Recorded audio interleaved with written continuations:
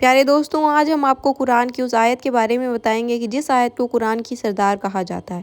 اس لیے آپ سے گزارش ہے کہ ویڈیو کو آپ لوگ لاسٹ تک ضرور دیکھیے گا۔ ہر مسلمان کے لیے یہ ضروری ہے کہ سوتے وقت اللہ کا نام پڑھ کر سوئے، اور جب ہم قرآن پاک کی سب سے طاقتور آیت یعنی آیت الکرسی پڑھ کر سوتے ہیں تو اللہ ہماری حفاظت کے لیے ایک فرشتہ بھیجتا ہے جو برے خوابوں اور تمام برائیوں سے پوری رات ہماری حفاظت کرتا ہے، اور ہم پوری رات اللہ کی حفاظت میں سکون کی نیند سوتے ہیں۔ قرآن پاک کا ہر ایک لفظ ایک معجزہ اور تمام انسانیت کے لیے ہدایت کا راستہ ہے۔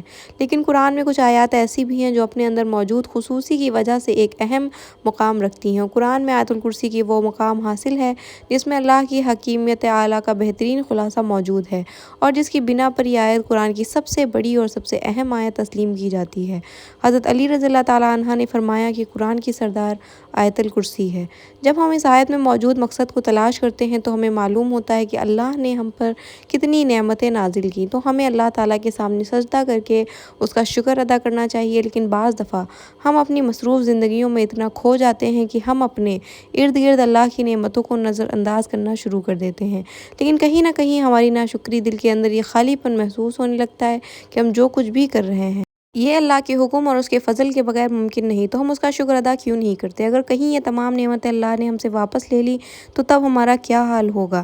یہ سوال جب کسی کے ذہن میں آتا ہے تو وہ اللہ کی ان تمام نعمتوں کا شکر گزار بن جاتا ہے۔ جب ہم آیت الکرسی پڑھتے ہیں تو ہم اللہ کی عظمت کو تسلیم کرتے ہیں، اور جب ہم آخر میں یہ پڑھتے ہیں اور وہی ہے سب سے بلند عظمت والا، تو ہم اس کی عظیم طاقت کا شکر ادا کرتے ہیں۔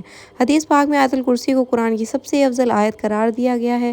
بچپن سے لے کر اب تک دن میں کئی مرتبہ ہم اسے پڑھتے ہیں، گھر سے نکلتے وقت، گھر میں داخل ہوتے وقت، اور حدیث پاک کے مطابق ہر فرض نماز کے بعد اسے پڑھنے سے جنت میں داخلے کی ضمانت ہے۔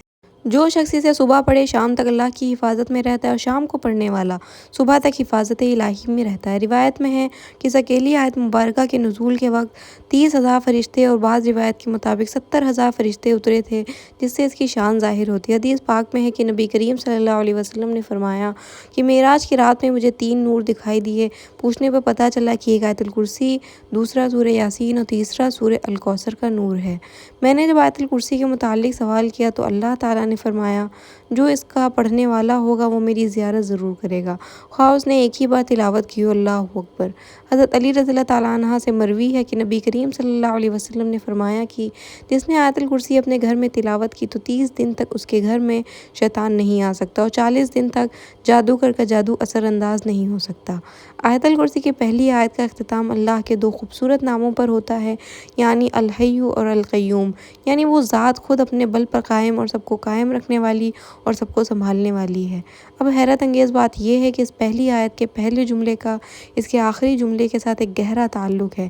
اس آیت کے آخری جملے میں پھر سے اللہ کے 2 نام آئے ہیں جو اس طرح ہیں، اور وہی ہے سب سے بلند عظمت والا۔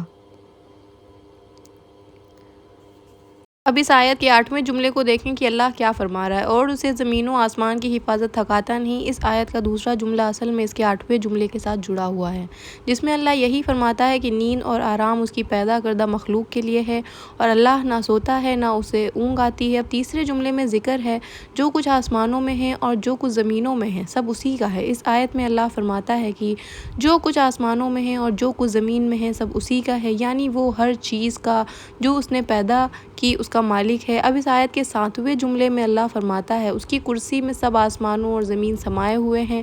جب اللہ اپنی کرسی کی بات کر رہا تو مطلب کہ وہ اپنی بادشاہت کی بات کر رہا ہے۔ پھر چوتھے جملے میں اللہ پاک کا ارشاد ہے کہ کون ہے جو اس کے سامنے اس کی اجازت کے بغیر کسی کی سفارش کر سکے۔ پھر چھٹے جملے میں فرماتا ہے اور وہ اس کے علم میں کسی بھی چیز کا احاطہ نہیں کرتا مگر جتنا وہ چاہے۔ اب چوتھا اور چھٹا جملہ ایک دوسرے کے ساتھ منسلک ہے، یعنی پہلا جملہ اور جملہ نمبر 9، دوسرا اور 8واں جملہ، تیسرا اور 7واں جملہ، چوتھا اور چھٹا جملہ ایک دوسرے سے منسلک ہے۔ تو باقی کون سا جملہ رہ جاتا ہے؟ تو وہ ہے جملہ نمبر 5، جس میں اللہ پاک فرماتے ہیں کہ اللہ جانتا ہے جو ان سے پہلے ہو چکا ہے اور جو ان کے بعد ہونے والا ہے۔